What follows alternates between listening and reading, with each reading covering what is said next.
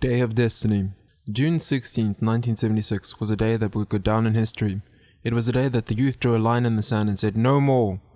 It was a day the youth united and made their voice heard. On Sunday 13th June 1976, a meeting was held in Orlando, Soweto, in which 400 students planned a mass demonstration against the use of Afrikaans in schools.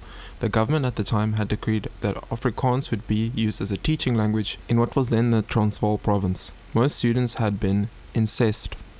They had saw Afrikaans as the language of the oppressor, the apartheid regime. They all made a pact not to tell their parents, as they felt their parents had become immune to the laws of apartheid. But as students they were no longer prepared to put up with it. On Wednesday, June 16th, 1976, the mass demonstration took place, and no one could ever have imagined the consequences of it. How much of a huge role it would play in the dismantling of the apartheid regime, and how it would affect our lives today. Before 1970, the state of education for black South Africans was shocking.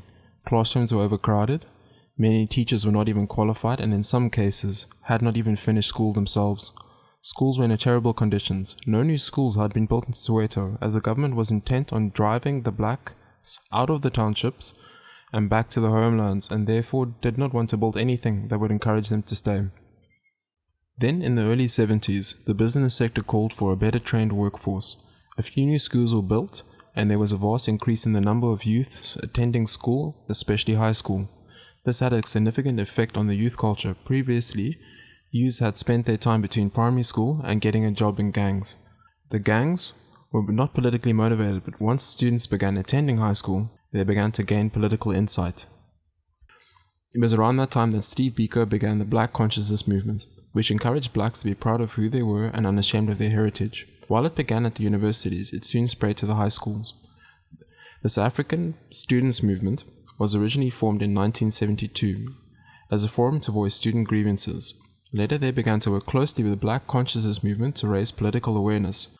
On June 16th, the plan was to march peacefully to Orlando's West Secondary School, where the students would gather to pledge their solidarity and sing Nkosi Sikelel' Afrika.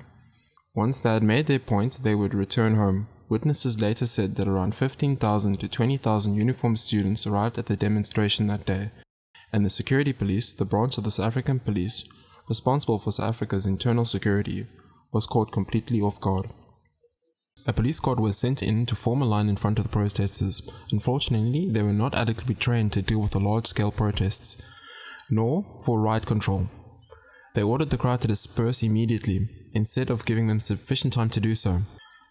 Police attempts to calm the crowd verbally and with tear gas had no effect. Even the use of dogs was unsuccessful. A police dog was set alight and killed. The crowd surrounded the police, and the police panicked, opening fire on the crowd with live ammunition.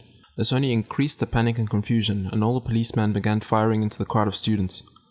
After that, all hell broke loose. The students were running in every direction. They continued to throw stones and other objects at the police. They began setting fire to all government buildings and white-owned shops and businesses, which they saw as symbols of apartheid. Vehicles were overturned and set on fire.